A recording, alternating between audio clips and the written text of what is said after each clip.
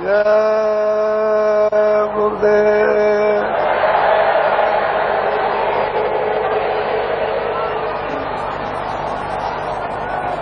जय गुरुदेव।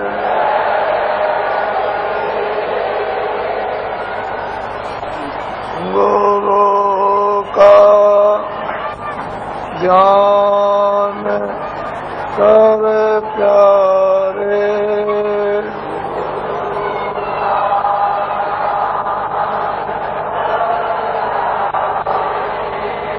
गुरु का ध्यान कर प्यारे,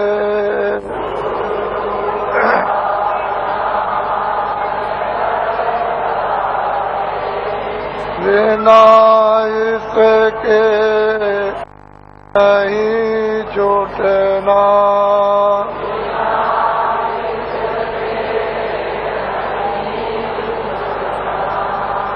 नाम के रंग में रंग जा,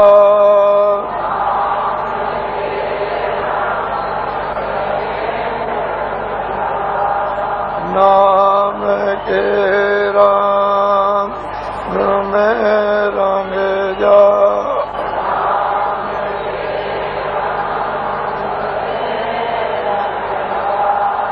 मिले तो दाम निज अपना,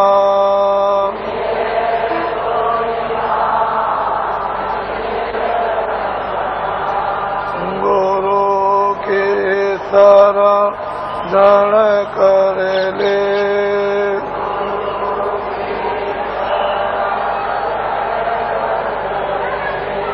गुरु के शरण कर ले,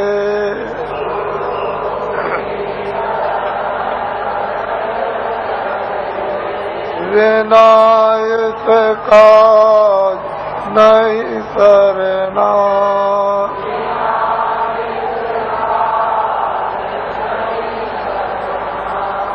लोभ और मान क्यों चाहे,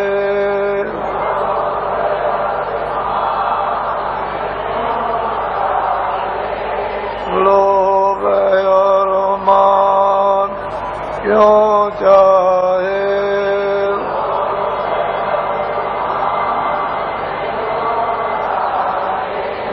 पड़ेगा फिर तुझे देना,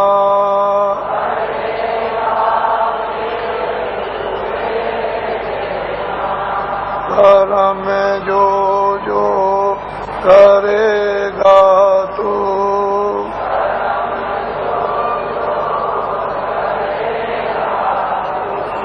कर्म में जो जो करेगा तू,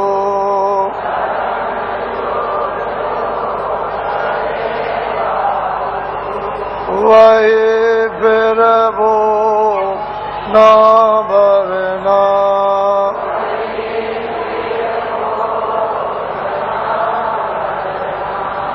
यक्ष के जाल से ज्यों त्यों,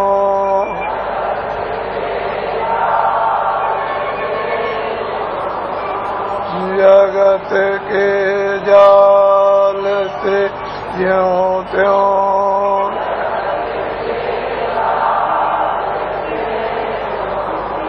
हटो मर्दान जी करना,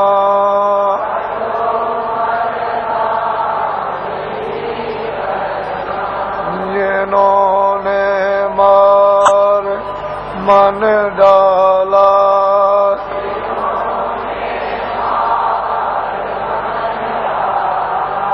जिन्होंने मार मन डाला,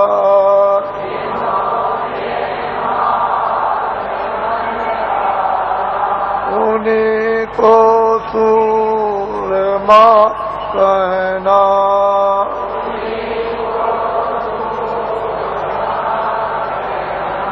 बड़ा मेरी ये मन गठों में,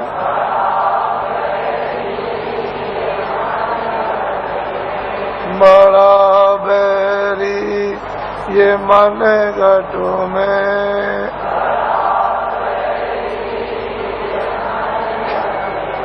किसी का जीना कठिनाई,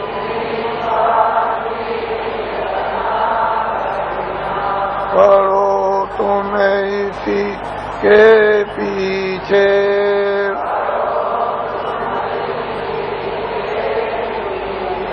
पड़ो तुम इसी के पीछे,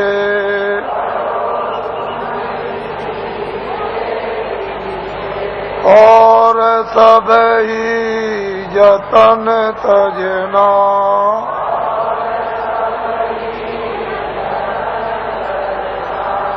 गुरु का ध्यान कर प्यारे,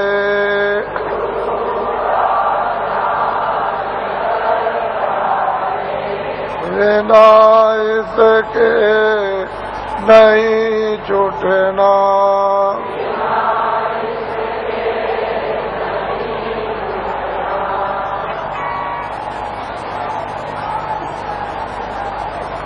जय गुरुदेव, जय गुरुदेव, जय गुरुदेव, जय गुरुदेव नाम किसका, जय गुरुदेव नाम किसका, जय गुरुदेव नाम किसका। नर नारियों, बच्चे और बच्चियों,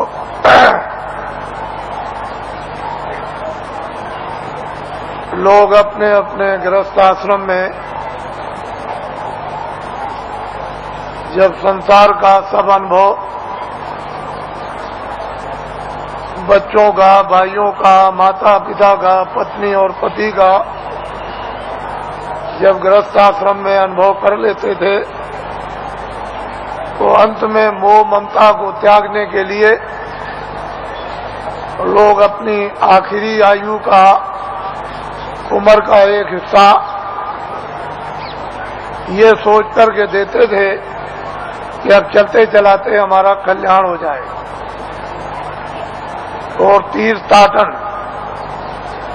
घर से निकलकर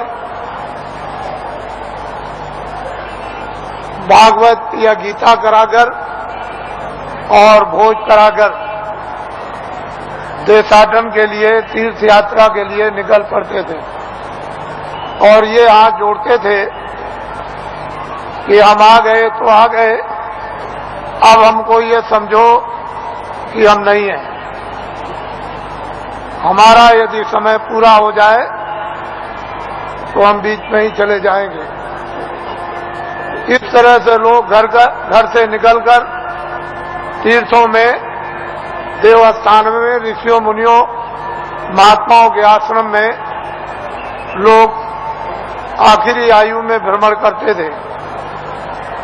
ये आशा तोड़कर जाते थे कि अब हमको घर में वापस नहीं जाना, और रास्ते ही में उनका शरीर शांत हो जाता। प्यार ने खाया, ऐसे ही पड़ा रह गया, गड्ढे में गिर गया, किसी ने फेंक दिया, ये कुछ नहीं, घर से निकल गए और चले गए। पहले सभी आश्रमों में ये नियम था, अब ये कहा गया, अब ये बताया गया कि गृहस्थाश्रम में रहो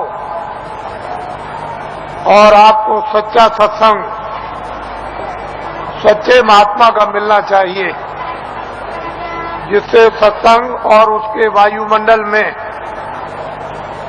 अगर यदि शरीर शांत होता है तो अपने को वो परम सौभाग्यशाली ये समझे कि मेरी आत्मा का हो गया कल्याण।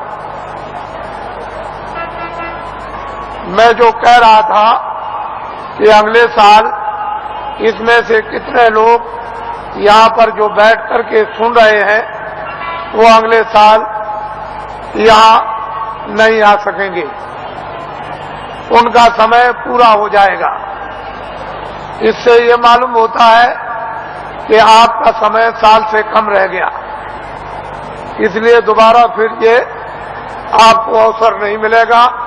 न तो आप दर्शन दे सकते हो और न आप दर्शन कर सकते हो और न आप सत्संग सुन सकते हो, क्योंकि श्वासों की पूंजी समाप्त हो जाएगी और अनमोल मनुष्य शरीर किराए के मकान से जीवात्मा को विवश और लाचार होकर के निकलना पड़ेगा। तो आपने देखा होगा, आज सुबह लाइन में खड़े हुए पूजा के लिए, न कोई बीमार है, आराम से खड़े हैं और पूजा की प्रतीक्षा में है कि हम वहां तक पहुंच जाएं और प्रसाद ले लें। और बस उतने ही में जमीन पर बैठे और शरीर छूट गया, यानी जीवात्मा शरीर से निकाल दी गई। ये जीव का बहुत ही अहोभाग्य, ऐसा अवसर जीवों को मिलता नहीं है।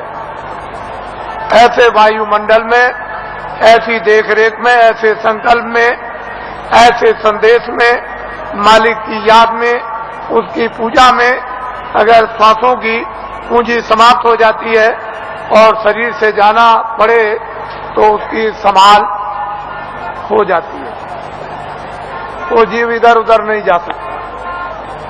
महात्माओं को मालूम है कि ये जीव कहाँ जाएगा और इसका हिसाब किताब कहाँ पर होगा, वो पूरा उनको मालूम है। जिस तरह से खुली आंखों से आप हमको देखते हो, बाहर की शरीर की आंखों से, और मैं आपको देखता हूं, इसी तरह से अंतर्ज्ञान दृष्टि के द्वारा वो सब कुछ दिखाई देता है कि जीव इधर से जैसे ले जाए जाते हैं वो कैसे जा रहे और कहाँ इनका हिसाब होता है। ये महात्माओं को सब मालूम। पिछली किताबों में महात्माओं ने बहुत कुछ आपके लिए निराकरण कर दिया है और उन्होंने आपको बहुत विश्वास दिला दिया, उसके कहने की जरूरत नहीं है। तो दो आदमियों का यहाँ पर शरीर छूट गया और कल दोनों के दोनों ही गए। इससे ये मालूम हुआ वो बड़े बेचारे प्रेमी थे, बड़े भक्त थे और बराबर सत्संग में जगह जगह सम्मिलित होते रहते थे, सत्संग सुनते थे और दर्शन देते और दर्शन करते थे। ऐसी उनकी बड़ी तीव्र लालसा रहती थी। तो ऐसे लोगों का तो वैसे भी काम हो जाता है। जो नामदानी जंगल में रहते हैं, जो यहाँ सत्संग में नहीं आए, अगर उनका भी शरीर छूटता है तो उनके लिए भी इंतजाम बंदोबस्त करके रखा है कि उनकी भी जीवात्मा गड्ढे में नहीं जा सकती। उनको मालूम है कि कहाँ किस समय पर, इसके माने ये नहीं है कि यहाँ सत्संग में बैठे हैं और आपका दर्शन कर रहे और दर्शन दे रहे और वो जंगल में जीव जो है वहां से चला गया, ऐसा नहीं। उन्होंने पहले ही से इंतजाम करके पूरा रखा है और उनको मालूम रहता है कि जीव यहाँ से नामदानी जा रहा, उसका इंतजाम कर दिया। उसके कर्मानुसार, उसकी साधना अनुसार फिर तुरंत शीघ्र देर कुछ नहीं लगती, मिनटों का भी काम नहीं, और उसको ये फिर मनुष्य जन्म दिलवा दिया जाता। और ऐसे वायुमंडल में जन्म मिलता है जहाँ आस-पास में सत्संगी यानी प्रेमी सत्संगने स्त्री और पुरुष रहे, और जैसे ही वो बच्चा बड़ा होता है फिर नामदान प्राप्त कर लेता है और वहां से साधना फिर शुरू कर देता है। यदि बीच में फिर उसकी साधना अधूरी रह जाए और फिर वो अपना शरीर छोड़ दे तो फिर उसकी संभाल हो जाएगी और ऐसी जगह पर उसको जल में दिलवा दिया जाएगा कि फौरन सत्संग में फिर आकर और नामदान को प्राप्त कर लेगा और जहां से साधना छूटी है फिर शुरू कर देगा। वहां तक के लिए उसको कोई मुश्किल नहीं पड़ेगी। वो आनंद फानंद एकदम तत्क्षण बताते ही उसका काम होगा और आगे उसके लिए थोड़ी मेहनत करनी है। इस तरह से जीवों की नामदान देने के बाद संभाल हर तरह से होती रहती है, बशर्ते यह है कि आप कोई बुरा काम न करें, किसी का आप कत्ल न करें, हिंसा न करें, कोई चोरी न करें, डकैती न करें, अमानवी काम न करें। जहां तक हो जाए तहां तक सूझ समझ से इन सब चीजों से बचे रहे, और जो गंदगी आपके पास में जमा है वो जल्दी से उसको उतार दिया जाएगा। लेकिन जब आप गलती कर लोगे और तुम ये नहीं समझोगे कि मालिक देख रहा और जितने नामदान दिया है वो देख रहा, तुम उसको और मालिक को अंधा समझोगे तो वो कर्म जमा हो जाएगा और उसकी आपको सजा मिल जाएगी। फिर आप रोओगे, चिल्लाओगे। हर तरह से यानी जीवों की संभाल होती है। ये बहुत ऊंचा संदेश और ऊंचा विज्ञान है, ये छोटी मोटी चीज नहीं है। उनको सब मालूम है कि जीवात्माएं कैसे उतरती हैं और कैसे चढ़ती हैं और मनुष्य शरीर में कैसे डाली जाती हैं और किस तरह से निकाली जाती हैं। फिर ये किन किन योनियों में इनके जाने का हिसाब होता है और उनके तार यानी उनकी डोरियां किस किस तरह की हैं और कौन कौन सी डोरी किस किस योनि में, 84 में या नरकों में या भिन्न भिन्न अलग अलग नरकों में, 4 खानों में, 84 लक्ष्योनियों में, ये महात्माओं को सब जैसे आईने के सामने खड़े हो जाओ ऐसे दिखाई देता है। लेकिन अब ये जरूर है कि जब तुम्हारी आंख खराब हो गई तो आप ऐसा समझते हो कि सब अंधे हैं, किसी के आंख होगी ही नहीं, कोई दुनिया को देखता ही नहीं होगा। लेकिन जिसके आंख है वो तो कहता है सूरज है, चंद्रमा है, ये मकान दिखाई देता है, ये जमीन दिखाई देती है। पर सूर आदमी को क्या होगा, उसको क्या दिखाई देगा? इसलिए जगत अंधा हो गया है और बहरा हो गया, वो महात्माओं को पहचान नहीं पाता, समझ नहीं पाता। उसके पास समझने की बुद्धि नहीं और आंख अंधी हो गई तो कैसे पहचाने? कहीं अगर उसको हाथ में आंख हो गई होती, वो दिव्य नेत्र ज्ञान चक्षु खुल गया होता, तब तो उस नूर में, उस प्रकाश में पहचान लेता। तो हिंदुओं और मुसलमानों और सिखों और ईसाइयों, ये जाति दौलत, ये जन्म जात की संपत्ति महात्मा फकीरों के पास सबकी है। जो भी इच्छा करे, हिंदू, मुसलमान, सिख, ईसाई, वो महात्माओं के पास जाकर के इस दौलत को ले आए, इस संपत्ति को ले ले। ये सबकी है, किसी एक की नहीं है। और जो इसमें भाव भक्ति करेगा उसको ये दौलत मिल जाएगी। भक्ति नाम किसका है? आज्ञा का पालन, और कोई भक्ति नहीं। भक्ति नाम कोई तस्वीर देखने का नहीं। तुमने मंदिर में मूर्त देख ली तो इसका नाम भक्ति नहीं, या तुमने गाना गा लिया, कोई प्रार्थना कर ली, इसका नाम भक्ति नहीं। जो महापुरुष आदेश दे उसका तुम पालन प्यार से करो, इसको कहते हैं भक्ति। यह है भक्ति। हमने राम को नहीं देखा, हमने कृष्ण को नहीं देखा, हमने तुलसीदास को नहीं देखा, हमने मोहम्मद साहब को नहीं देखा, हमने ईसा मसीह को नहीं देखा, हमने पैगंबरों को नहीं देखा, हमने योगियों को नहीं देखा, ऋषि मुनियों को नहीं देखा, तो आप किसका पालन करोगे? रामायण समझ में आती नहीं, गीता समझ में आती नहीं, कुरान समझ में आती नहीं। अगर समझ गए होते तो रहम ना आ जाता, फिर जालिम तो नहीं रहते, हृदय में दया नहीं आ जाती, निर्दयी तो नहीं रहते। लेकिन वो तो तुम्हारी समझ में आता नहीं। तो भक्ति नाम है आदेश का पालन। जो आदेश का पालन कर लेगा वो तो महात्मा बड़े दूर के देखने वाले होते हैं। वो धीरे धीरे धीरे धीरे धीरे धीरे चारों तरफ से जाल डालकर और ऐसा तुमको फंसा लेंगे।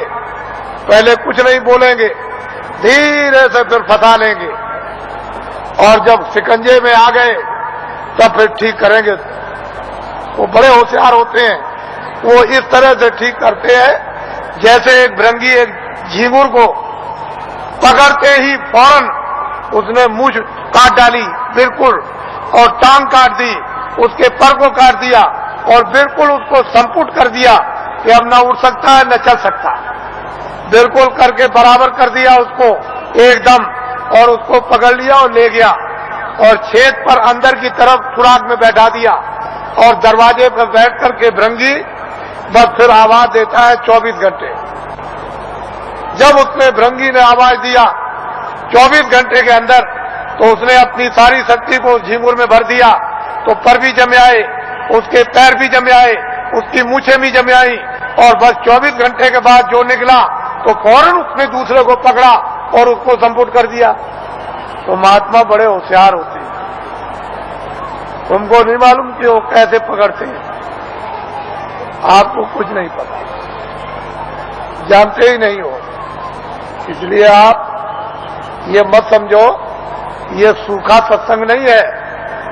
आपने कल देखा अपनी आंखों से कि 4 बजे से लाइन लग गई और सारी रात जाड़े में बैठे रहे, तो आपको ये जानना चाहिए कि सारी रात जगह एक तपस्या की, ऊपर से सर्दी थी और लाइन में धीरे धीरे बैठ करके खिसके हैं, धीरे धीरे आए और लाइन अभी तक लगी हुई है।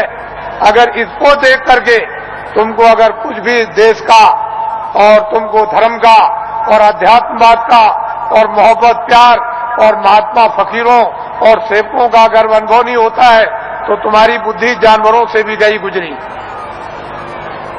फिर तो मैं ये कहूंगा कि जानवर ही अच्छे, आदमी अच्छा नहीं। इस दृश्य को आप देखिए, इस दृश्य को वैसे मेरे पास ऐसा रास्ता है कि मैं 4 ही घंटे में इसको निपटा दूं, लेकिन मैं ये दिखाना चाहता हूं कि देवियां कैसी बैठी हैं कतार लगाकर, पुरुष कैसे बैठे कतार लगाकर क्या इंतजारी कर रहे हैं और इस ठंडी में किस तरह से तपस्या कर रहे बैठे हुए हैं, ये आपको दिखाना चाहते हैं।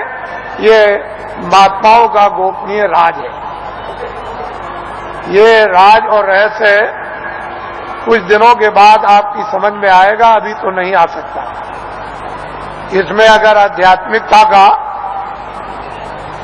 कहीं मसाला न होता, सच्चा और सत्य, तब तो आप बहुत दूर चले गए होते। ये तो असली चीज है और वही सबको घूम फिर करके उसी जगह पर आ जाना। आएंगे वहीं, वो रास्ता एक दिया जा रहा, अभी रास्ता और रास्तों के स्रोत अभी खोल दिए जाते हैं, तो चारों तरफ गली पूछे से और फौरन पगडंडी और सड़कों पर आकर और फौरन आ जाएंगे बिल्कुल। फिर आप देखिएगा इस दृश्य को, तो आप ऐसा मत समझो वो कहते तो कुछ नहीं है। अगर कह दें कि तुम ये हो, तुमने सुबह इसको मारा, शाम को इसको मारा, इसकी चोरी की, इसकी डकैती की, इसका बुरा किया, इसका ये किया, तो 2 मिनट नहीं ठहरोगे। फिर तो 2 मिनट नहीं ठहर सकते हो, भाग के चले जाओगे। करे यहाँ तो सब कुछ खुल गया, यहाँ तो कुछ नहीं है। लेकिन वो धीरे से पोसीदा रखकर वो धीरे धीरे धीरे धीरे जब रास्ते पर ले आएंगे और बांध लेंगे, तो कहेंगे अरे बेटा, ए बच्चे, तूने बहुत कुछ कर लिया, ये काम किया है। तब उसका होश उड़ जाएगा और वो अपनी जगह पर आ जाएगा। वो आदेश उसको मिलेगा, उसका पालन करेगा। उसका नाम है भक्ति। वाल्मीकि बदल गए, गंगा बदल गई, सदन कसाई बदल गए और बड़े बड़े राजे और जिम्मेदार बदल गए और डाकू और बदमाश बदल गए, बड़े लुच्चे और लफंगे बदल गए। महात्माओं के पास पहुंच करके बदल जाते और बड़े बड़े सिद्ध हो गए और बड़े ज्ञानी हो गए और त्रिकालदर्शी हो गए और जो इतिहास बना दिया उसको अभी तक कोई काट नहीं सका। उन्होंने लिख दिया मैं सबसे बुरा था, मैं सबसे पापी था, मैं सबसे गुनाहगार था और सब कुछ चिल्लाकर उन्होंने किताबों में ढनूरा पीट दिया। लेकिन यह है कि जिस महापुरुष के चरणों में गए उन्होंने उस सबको क्षमा कर दिया। उसके बाद में मसाला है, जड़ी है, औषधि है, बूटी है, उसको लगा करके और सबको धो डाला। तब उसको स्वच्छ और साफ और निर्मल और शुद्ध और पवित्र है उसको कर दिया, उसकी तब महिमा होती है, तब गुणगान होता, तब भक्त और भगवान की लीला होती है। नहीं तो वैसे तो कौन भगवान को पहचान सकता है? भगवान तो भक्तों को पहचान लेगा, लेकिन भक्त कौन है? कोई नहीं। भक्त और भगवान का एक रस, एक रूप और एक भाव जब बन जाता है तब लीला होती है भक्त और भगवान की, स्वामी और सेवक की, और मुर्शिद और मुरीद। तो मुसलमान जो मस्जिद में इबादत करते हैं उनके इबादत करने का तौर तरीका सही नहीं है, गलत है। इसलिए मुसलमानों की इबादत खुदा कबूल नहीं कर रहा। क्यों नहीं कर रहा? कि उन्होंने अपने दिल और दिमाग को पाक साफ नहीं रखा, और गंदगी से मालिक इबादत को कबूल कभी कर नहीं सकता। इसलिए उनकी इबादत कबूल नहीं होती और वक्त उनका जाया हो रहा। और ये जिसमें जो आपको थोड़े वक्त के लिए दिया गया, वक्त पूरा होते ही जैसे ही पूरा हुआ, लेकिन उन्होंने कहा जिस्म हमने इबादत के लिए ही दिया है कि इबादत से तुम अपनी रूह को जगा लो और नजात में पहुंचा दो मौत के पहले।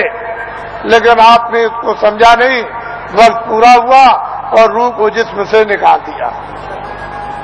जिस तरह से हिंदू की जीवात्मा निकाली जाएगी, उसी तरह से मुसलमान की रूह निकाली जाएगी, और फैसला दोनों का एक ही तख्त पर होता है, अलग अलग नहीं। वहां न कोई हिंदू है न वहां कोई मुसलमान। वहां तो जो भी तुमने अच्छे और बुरे जो काम किए वो वहां पर हैं और उसी का इंसाफ हो जाएगा। वहां किसी शहादत और गवाही की जरूरत नहीं।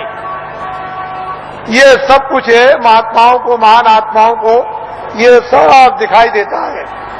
इससे मालूम होता है कि वो कौन है हिसाब करने वाला और किस तरह से हिसाब करता है, और किन लोगों को फिर मनुष्य शरीर नहीं मिलता और कब तक नहीं मिलता है, ये महापुरुषों को सब मालूम। अब आप लोगों से हमारी ये विनय और प्रार्थना है कि अब आप लोग अपना उम्र का जो थोड़ा बहुत बचा हुआ हिस्सा है, कुछ तो आप खेती दुकान दफ्तर में लगा दो, कुछ बच्चों की सेवा में लगा दो, कुछ मान सम्मान में लगा दो, कुछ सोने में। थोड़ा सा समय बचाओ इसी मनुष्य मंदिर में, जिस्मानी मस्जिद में, तो सच्चे खुदा की रूह से इबादत हो जाए और सच्चे भगवान का जीवात्मा से भजन हो जाए।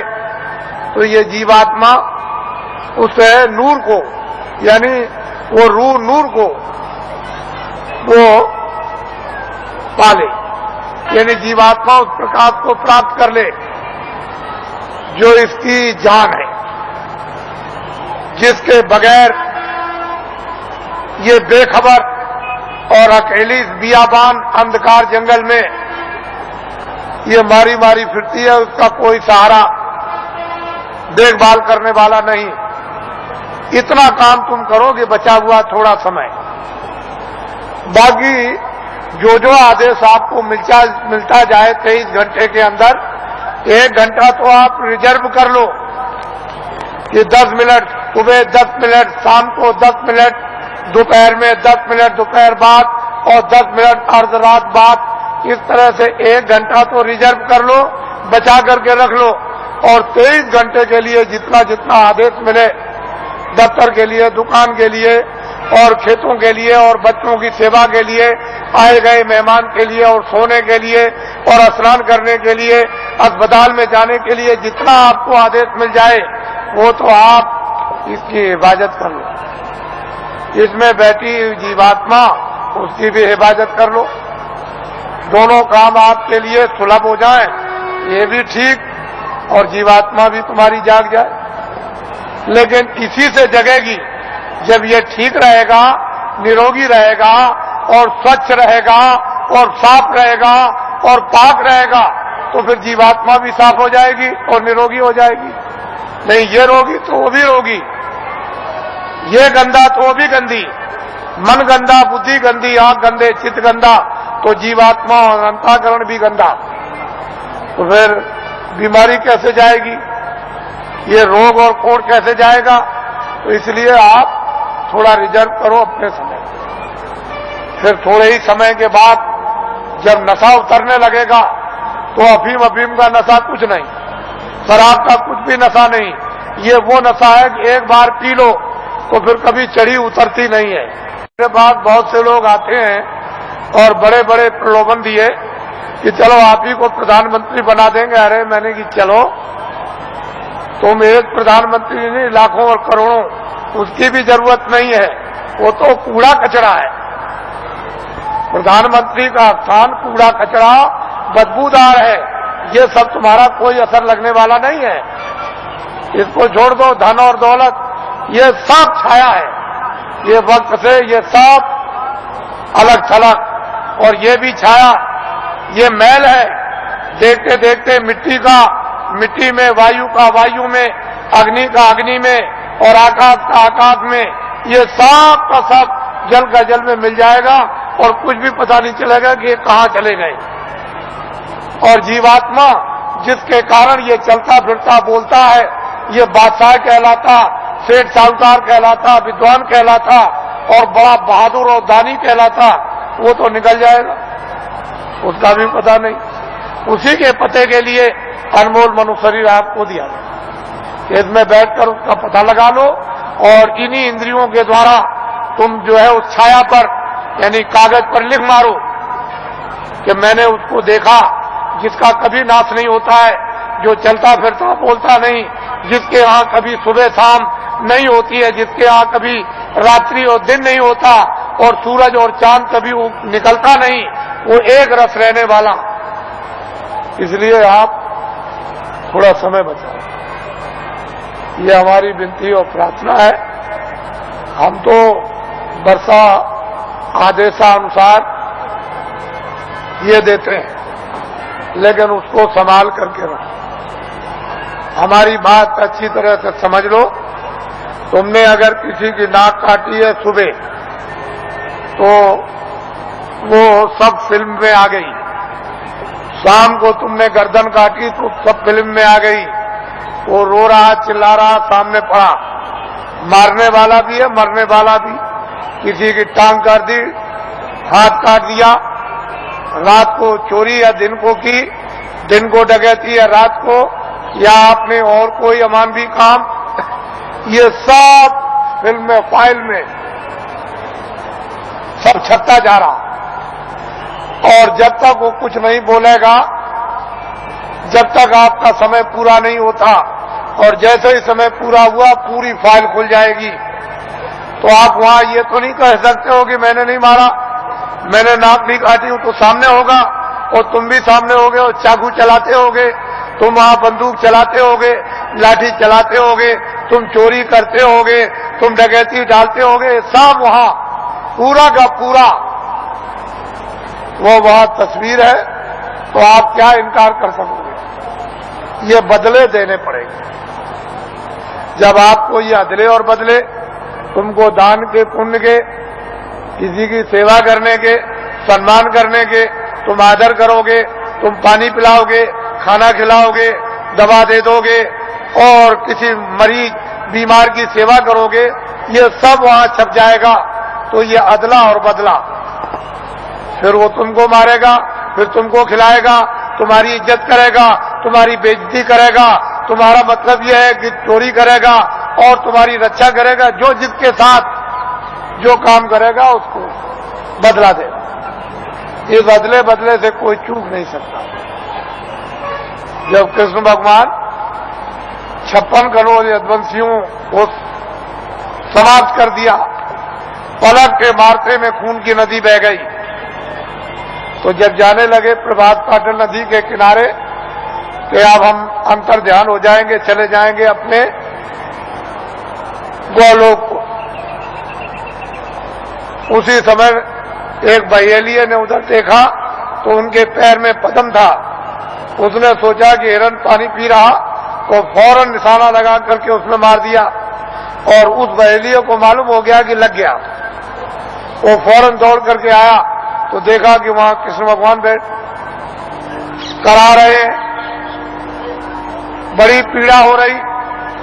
तो उसने कहा, अरे भगवान ये क्या हो गया, मैंने तो सोचा था कि हिरण पानी पी रहा और यहाँ आप निकल आए, मैंने तो बड़ा अपराध किया।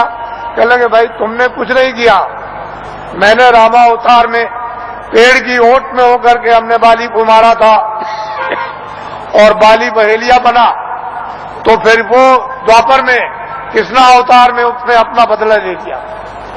जब ऐसी ऐसी शक्तियों से ये बदले नहीं चुक सकते हैं, उनको भी बदला देना पड़ेगा।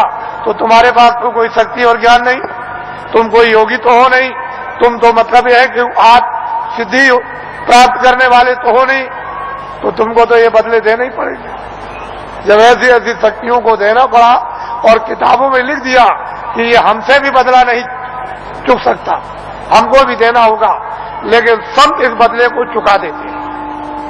उनके पास बदले के चुकाने का मसाला है, योगियों के पास नहीं है, सिद्धों के पास नहीं, ज्ञानियों के पास नहीं, तत्वदर्शियों के पास नहीं, संतों के पास में इसका मसाला है, इसको चुकाने का, और किसी के पास नहीं। तो आपको तो ये भेद मालूम है नहीं, फिर आपने तो कृष्ण को देखा नहीं कि आप जल्दी से कहोगे कि नहीं हम भी हैं। फिर जब आपने देखा नहीं तो पूजा किसकी कर रहे हो?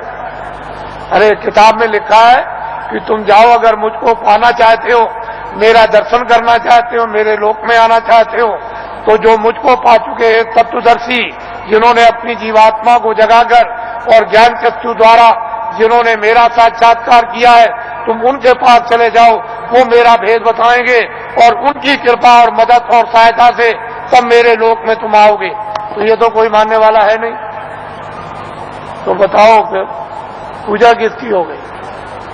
तुमने खुद को अपने को धोखा दिया, खुद को भ्रम में रखा, खुद को अंधकार में रखा और खुद भटक गए। कौन बताएगा आपको? आपकी आत्मा की कौन रक्षा करेगा, कौन संभाल करेगा? माँ बाप कर नहीं सकते, धन दौलत कर नहीं सकता, राजा कर नहीं सकता है और लोग कर नहीं सकते हैं, तो इस आत्मा की रक्षा कौन करेगा? जो किताबों में लिखा हो आपकी समझ में आता नहीं। आप तो किसी महात्मा महान आत्मा को खोजते नहीं हो, और आपके पास भी चला जाए तो आप उसको पहचानते नहीं। इसलिए ये दिन ऐसे बुरे आए कि महान आत्माओं की बड़ी अवहेलना हुई, बड़ा तिरस्कार हुआ, बड़ी गाली गलौज, बड़ा उनका अपमान हुआ, बड़े शब्द भद्दे शब्दों से प्रयोग किया गया। लेकिन हमारा देश तो ऋषि मुनियों का, साधु संतों योगियों का देश है। फिर पीछे आपको अपनी जबान गंदी करोगे, मैली करोगे, पीछे पश्चाताप करना होगा। इसलिए सोच समझ के शब्द निकालो। तुम सब कुछ करते हो दुनिया में, लेकिन संतों महात्माओं के प्रति संभाल कर शब्द निकालो, ऐसे नहीं। तो इसलिए वो मनुष्य है जो अपनी जबान को संभाल करके रखते हैं और धीरज रखकर विवेक से काम लेते हैं, बुद्धि का उपयोग करते हैं। लेकिन बुद्धि ही नष्ट हो गई हो और बुद्धि पर पागलपन का असर आ गया हो, जहर फैल गया हो, तो बुद्धि बेचारी क्या करेगी? वो क्या समझेगी? भूत का, भविष्य का, वर्तमान का, योगियों का, महात्माओं का, आत्माओं का, ज्ञान का, विज्ञान का, उसकी समझ में क्या आएगा? तो इसलिए समुद्र भरा है आपके मनुष्य मंदिर में, और महात्मा ये सब कर्मों को चुका देते हैं। कहीं सेवा कराकर, पानी पिलाकर, कहीं दवा दिलवाकर, कहीं रोटी खिलवाकर, कहीं झाड़ू लगवाकर, कहीं रास्ता बता करके रास्ते में खड़ा करके, कहीं बैठा कर सर्दी में, कभी गर्मी में, ये धीरे से यानी कर्मों को चुका देते हैं। उनके पास में रास्ते हैं चुकाने के, और अदला बदला जब चुका दिया तो बस छुट्टी पा गए। जब तक तुम अदले बदले नहीं दे सकते हो, तब तक कोई भी जीव काल के देश से, ये नरकों से 84 से कभी छुटकारा पा ही नहीं सकता।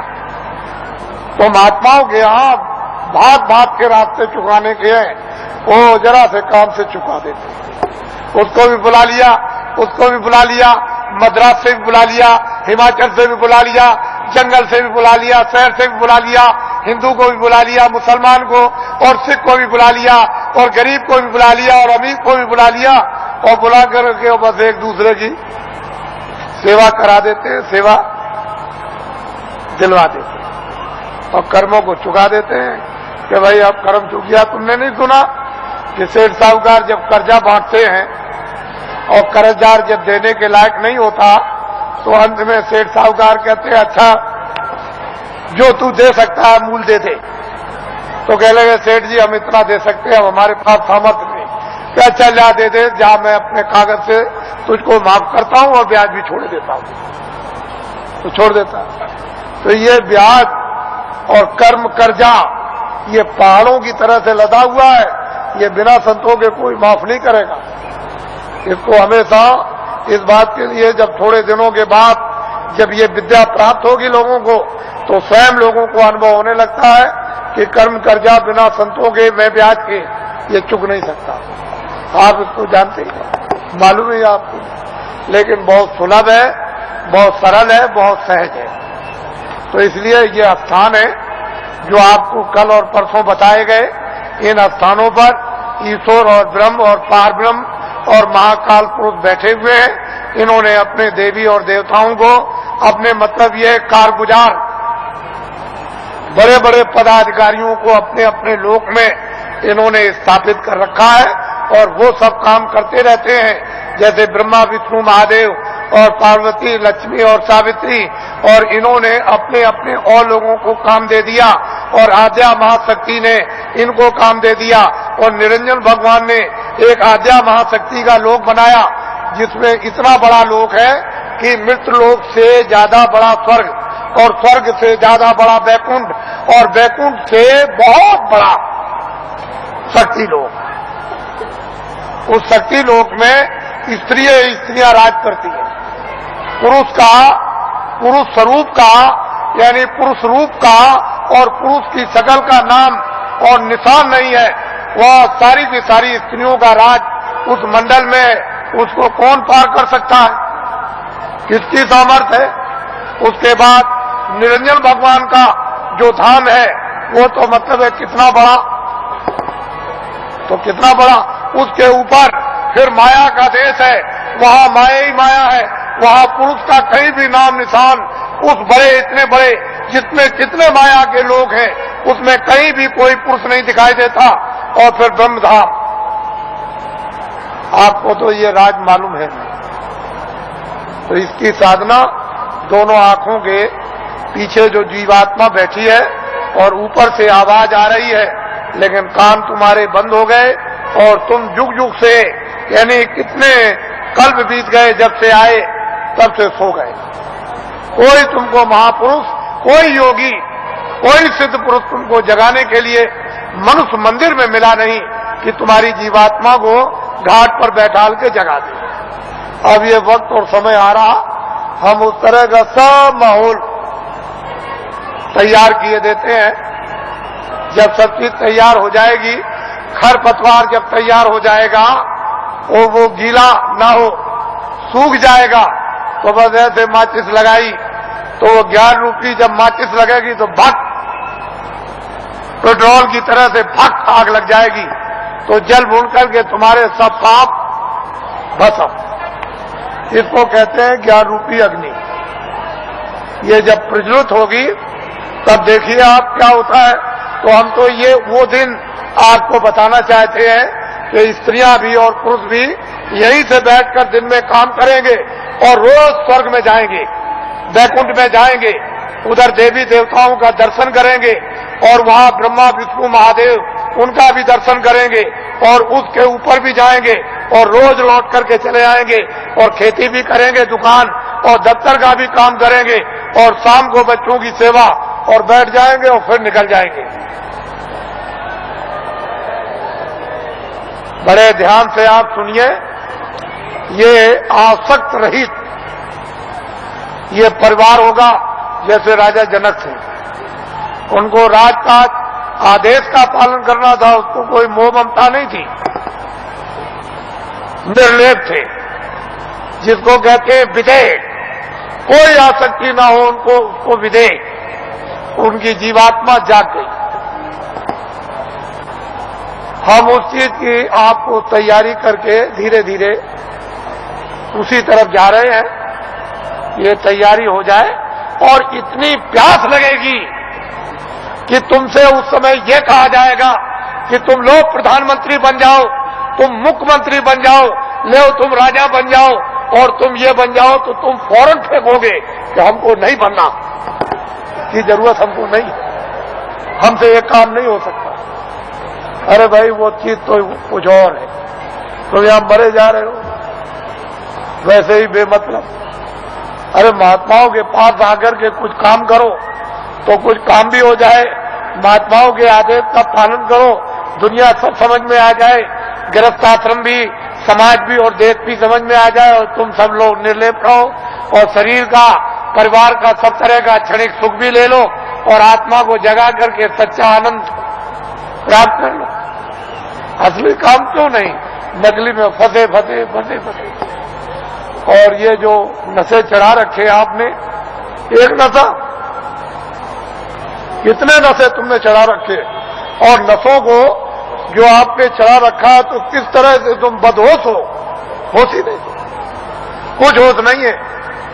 तो इसलिए आप थोड़ा सा समझ से काम लो, बुद्धि से, और जाग करके संदेश सुनो, सो करके मत सुनो। वही मनुष्य है जो जाग करके सुनता और फिर वो अमल करता है। जैसे वस्त्र पहन लिया तो ठंडी दूर हो जाएगी, गर्मी दूर हो जाएगी, बरसात की हवा नहीं लगेगी, लेकिन जब तुम उस वस्त्र का अमल ही नहीं करोगे, वस्त्र पहनोगे नहीं, शील, क्षमा, संतोष, विनय, विवेक, ये एक वस्त्र है जो पहन लिया जाता है, तो काम, क्रोध, लोभ, मोह, अहंकार पता नहीं किधर चले गए। अभी आपने इसका वस्त्र पहना तो आपको क्या मालूम होगा कि वस्त्र कपड़ा कैसा होता है। तो आप लोग आज, क्योंकि बहुत से लोग सुबह भी आ गए, रात को भी, नामदान तो कल हुआ था, ये नामदान सर्वोपरि दान है। इसको ऐसा मत समझिए, वक्त और समय आएगा तो लोग बहुत भटकेंगे इसके लिए।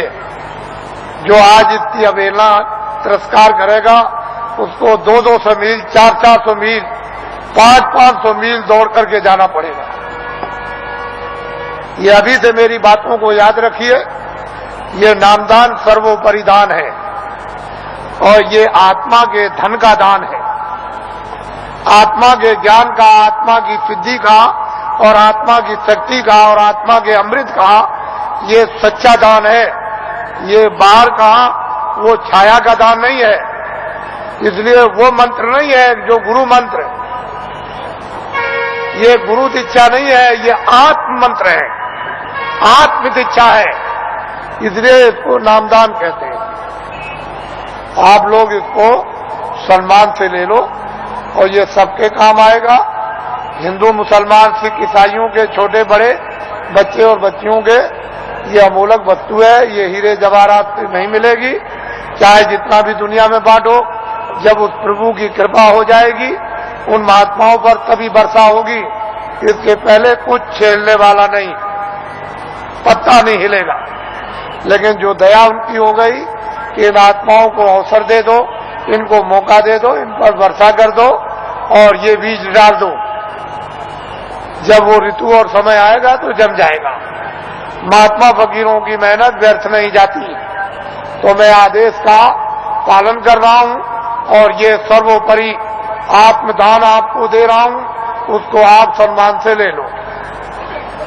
और 2 मिनट, 4 मिनट, 5 मिनट, 1 मिनट, आधे मिनट मनुष्य दरवाजे पर, मनुष्य आत्म दरवाजे पर बैठकर आप जिस तरह से बताया जाए उस तरह से आप भजन करो। यहीं पर अगर दरवाजे पर बैठ करके आपने भजन कर लिया तो रिद्धियों सिद्धियों का सबका भंडार उदय हो जाएगा। यहीं से सब चीजें मिलने लगेंगी। लेकिन दरवाजा नहीं मिला और वहां बैठ करके भजन नहीं किया तो कुछ मिलने वाला नहीं है। वैसे ही खाली आए हो, अज्ञान में आए और अंधकार में आए रोते हुए आए, जब जाने का समय होगा तो ज्ञान रखवा लेगा, देखना रखवा लेगा, सुनना और बोलना रखवा लेगा, और एक पीछे से ठोकर मारकर रवाना कर देगा। इसलिए आप लोग संभल करके रहो। हम तो कोई जय गुरुदेव है नहीं। इस किराए के मकान का नाम आपका ही रखा हुआ, जो रखवाया होगा उस समय के पंडितों से, यह नाम तुलसीदास है। और जय गुरुदेव नाम उस परमात्मा का, ईश्वर का, भगवान का, उस सर्वशक्तिमान, उस ब्रह्म का, उस अल्लाह ताला यानी खुदा और गाड का नाम। ये किसी इंसान आदमी का नाम नहीं। तो जो नाम मैं भगवान का बोलूंगा सब लोग एक साथ बोलेंगे, आगे पीछे नहीं। जो नाम बोलता जाऊं सब लोग उच्चारण करना, जिससे हमको मालूम हो कि आप शुद्ध नाम का उच्चारण कर रहे हो। जब मैं बोल बंद हो जाऊं तो आप भी बंद हो जाना। बोलो जय गुरुदेव। और ये आत्माओं का गोपनीय यानी रूहों का ये छुपा हुआ राज, ये खजाना है। ये जब तुम जरा सा रियाज और जरा कमाई करोगे, थोड़ी सी आप मेहनत, अभ्यास और साधना करोगे तो जल्दी से ये प्रकट होने लगेगा। लेकिन तुम ऐसे ही बैठे रह गए तो घर का भी कोई काम नहीं होता। और वैसे घर में भी कोई आपको नहीं पूछेगा, अरे भाई काम प्यारा, चांद थोड़ी प्यारा है। अरे भजन करोगे तब तो तुम प्यारे बनोगे, तब तो तुम्हारी जीवात्मा इस अंधकार से, इस जड़ता से निकलेगी। लेकिन भजन नहीं करोगे तो कौन किसको प्यारा? पति स्त्री को जवाब देता है, स्त्री पति को जवाब देती है, माँ बाप बच्चे को जवाब देते हैं, चाम नहीं प्यारा, काम प्यारा। अरे बातें प्यारी नहीं है, साधना और भजन और प्यारा है। तो इसलिए थोड़ा तुम भी मेहनत करो, हम भी करो, दोनों की मेहनत से ये हो जाएगा, काम पूरा हो जाएगा। आज गुरु महाराज का ये उनका पुण्य, जो संकल्प यहां छोड़ गए हैं, जो आशीर्वाद और आदेश जो दे गए हैं, ये सब उनकी चीज है।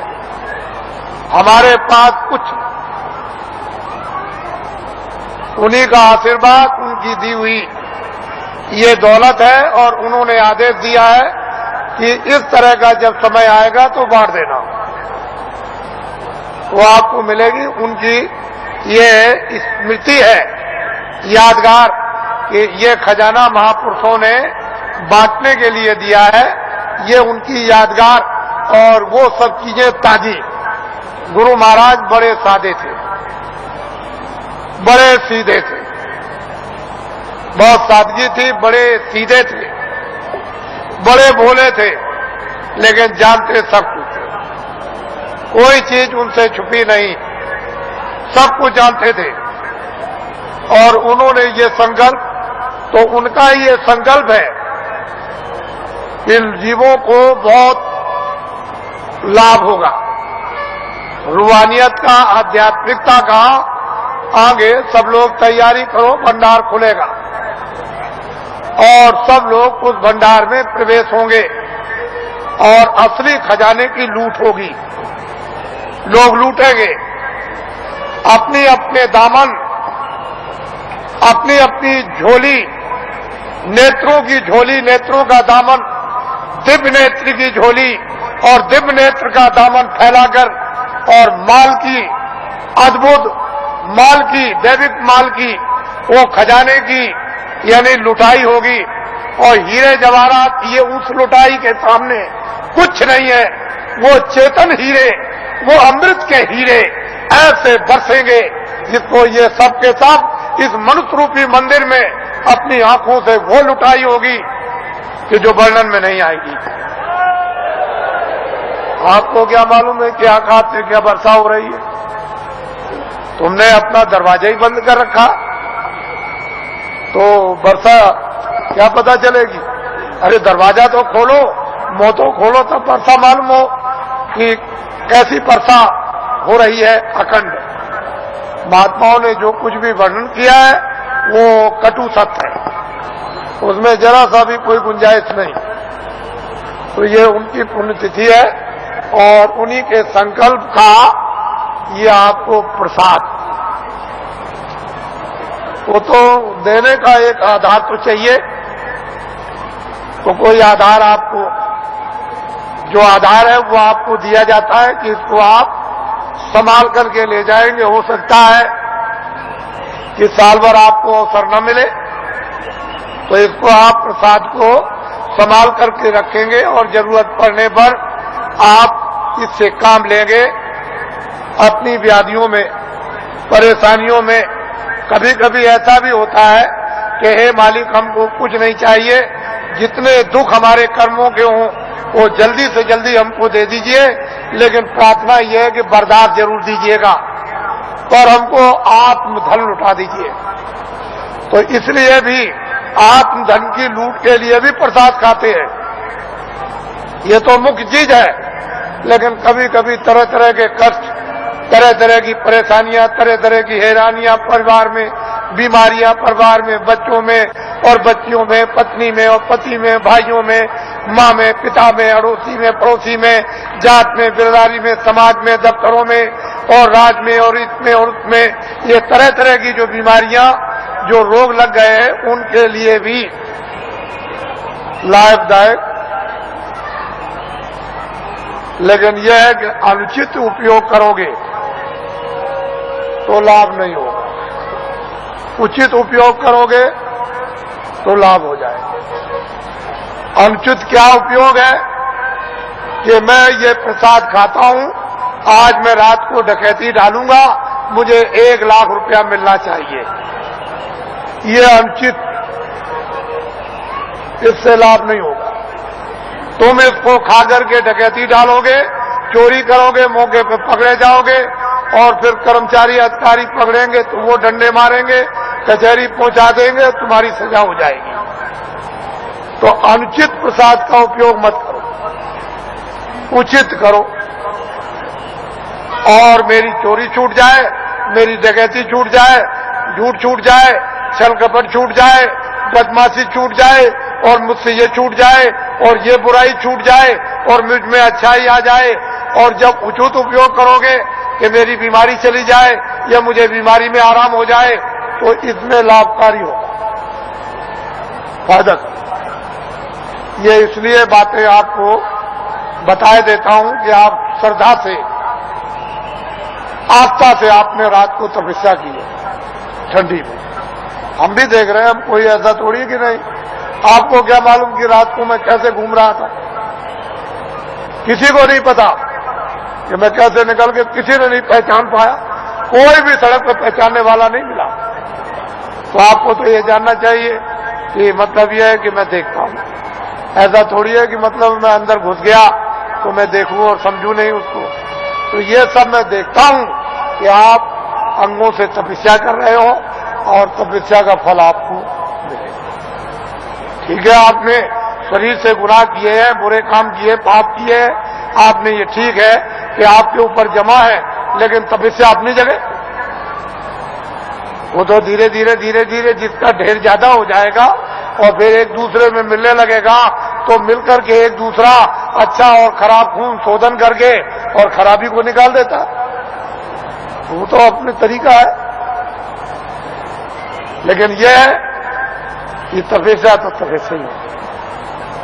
तो आपको मैं और कुछ नहीं कहूंगा, क्योंकि ये गुरु महाराज की ये विशेष कृपा और दया यादगार दिन है।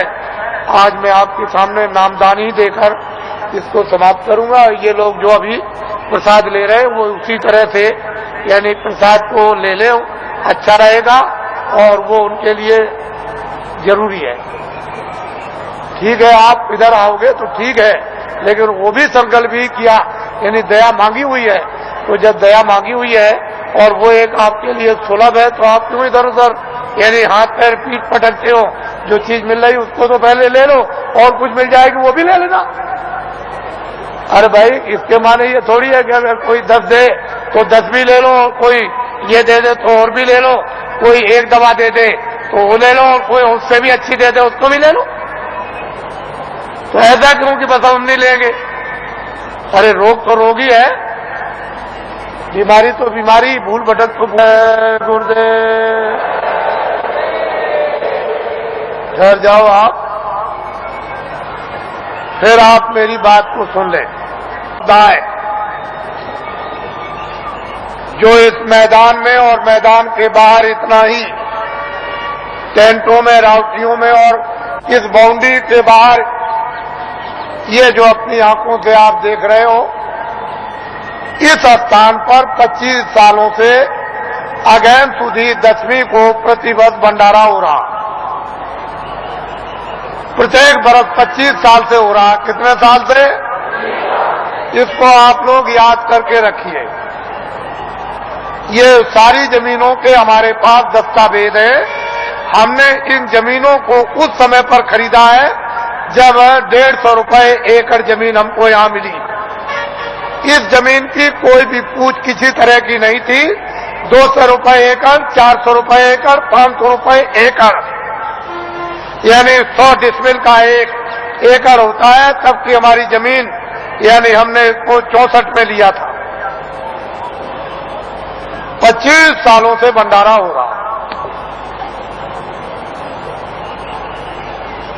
जहां इतना बड़ा जन समुदाय मानव बात को समझने के लिए, इस देश की संस्कृति को समझने के लिए और मोहब्बत और प्यार को जानने के लिए, राष्ट्र और मानव की सेवा, खिदमत करने के लिए जिस स्थान पर इतनी बड़ी शिक्षा दी जाती हो और सभी जनहितों के काम जितने हो वो सब किए जाते हो, तो आप लोग बुद्धिमानी से काम लो। इसमें आप लोग अपनी भावनाओं का सहयोग दो कि जनहितों के काम लोक परलोक के और भी अच्छे हों।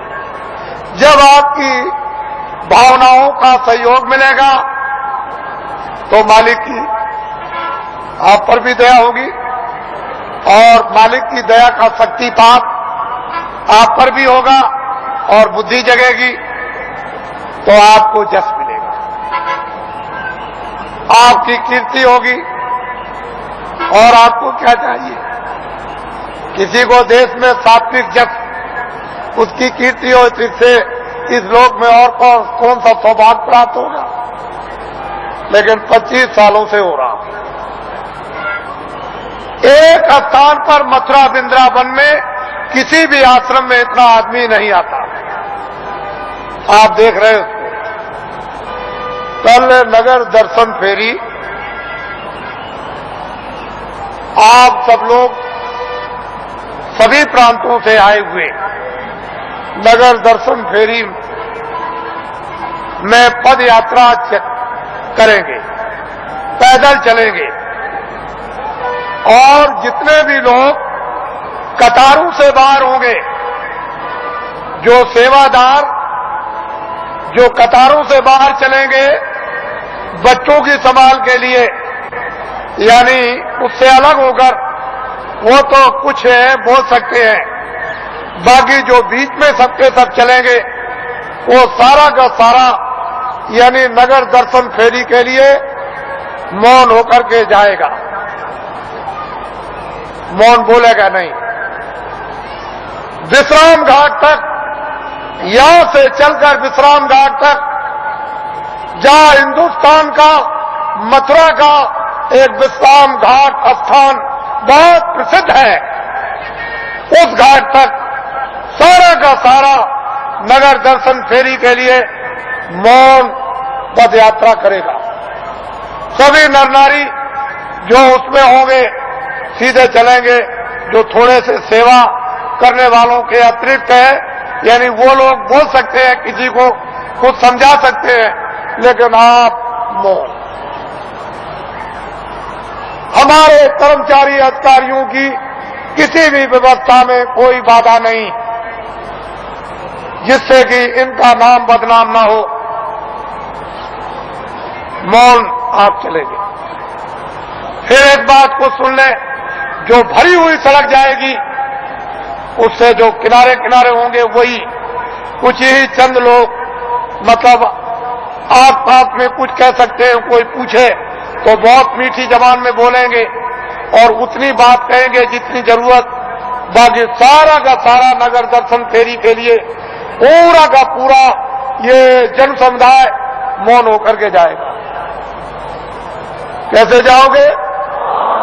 कैसे जाओगे? विश्राम घाट तक। कहां तक? विश्राम घाट पर मौन टूट जाएगा। फिर कोई भी कुछ पूछे या विश्राम घाट के आगे निकल जाओ तब भी आपका मौन टूट जाएगा।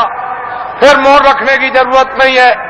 आगे जैसे ही विश्राम घाट की तरफ जाओ और द्वारकाधीश मंदिर की तरफ बढ़ो, बस अपने मौन को छोड़ दो, लेकिन विश्राम घाट तक आपका मौन रहेगा। वहां जाकर के आपका मौन टूट जाएगा और कोई भी नगर में दर्शन करो, पूछे, कुछ कहो, कुछ पूछो, ये फिर सब कर सकते हैं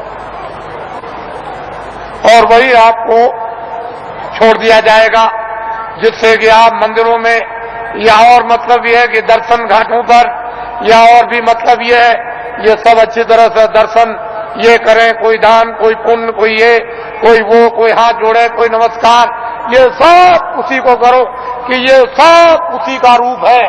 ये जितना भी ये सब छाया है और इसमें होकर के उसकी तरफ देखो, मालिक की तरफ।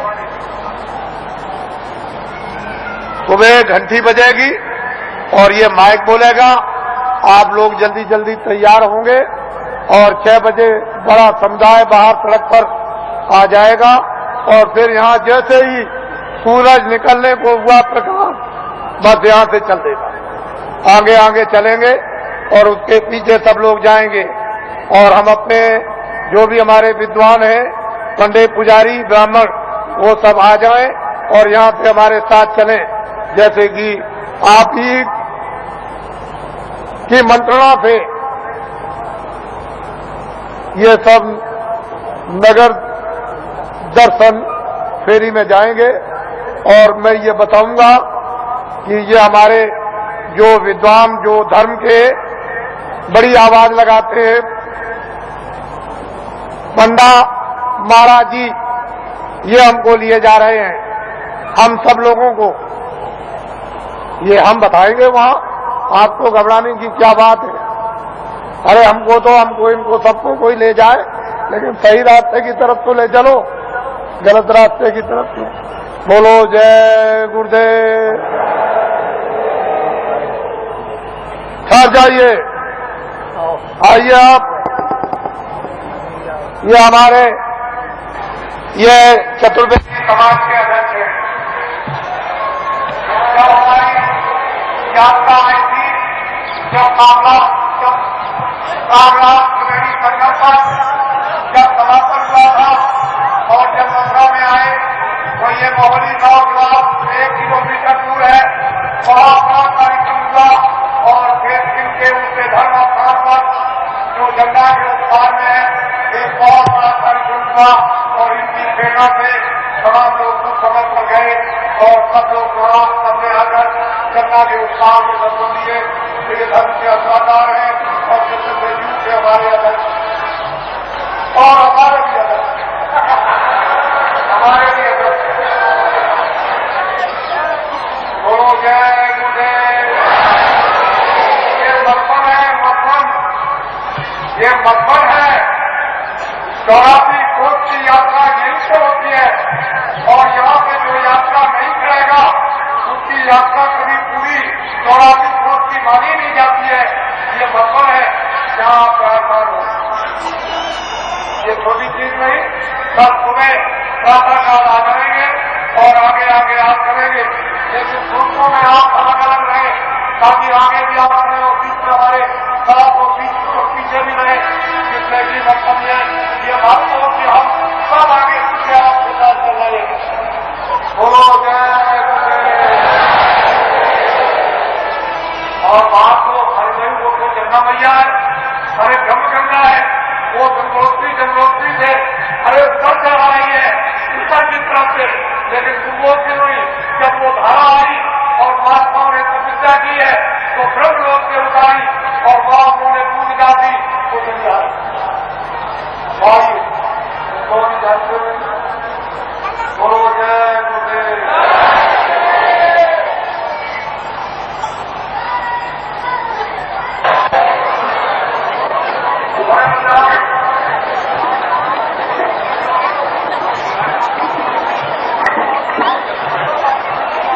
व्यक्ति का